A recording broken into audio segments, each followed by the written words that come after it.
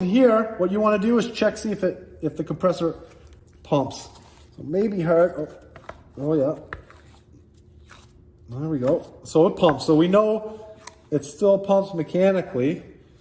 So what we want to do, a lot of times what you'll get when you get a blown discharge is pressure pushing down, and you can see how damaged this is up. Just say if we had this valve damaged, but inside here was not damaged at all, you might just have a valve replacement.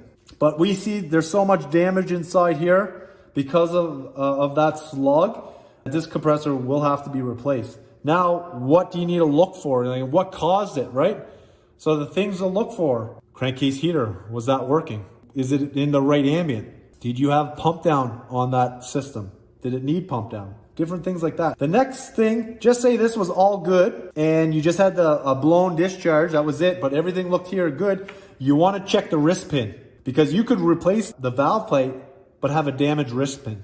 And how you do that is by putting the damaged piston or damaged valve plate, so we know it was this one to this one, put it top dead center and push down, see if it drops.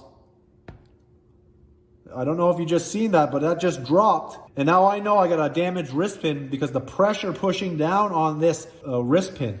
And I'll show you again when I take the pump off. So, but I don't really have to go any further on this compressor. We know it took a slug. Now you need to figure out what caused that slug. This slug led to an electrical issue. So just say this wouldn't pump. Just say you couldn't make this pump. Next step is to take the pump off. You don't have to take the housing off. This is the pump, this is the housing. Just take the pump off, and then you take a screwdriver or something to see if it will turn, the crank will turn. Because you want to do it in a step-by-step process just to verify. How you take your net oil pressure as well, show you right quick. You always want to do it from here, this side right here, because this is where you have the Schrader in it. This one doesn't, so never take that off. That'll blow oil in your face if the compressor is running. So take it off here, put your gauge here, and right on here.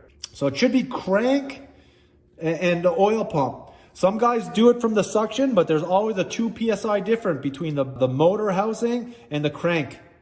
2 PSI difference.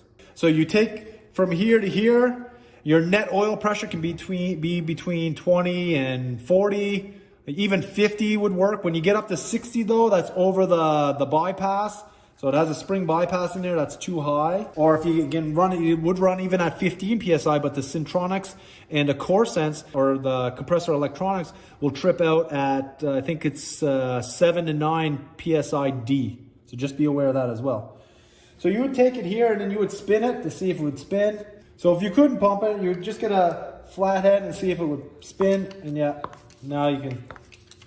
So she still pumps. Let's check that guide again.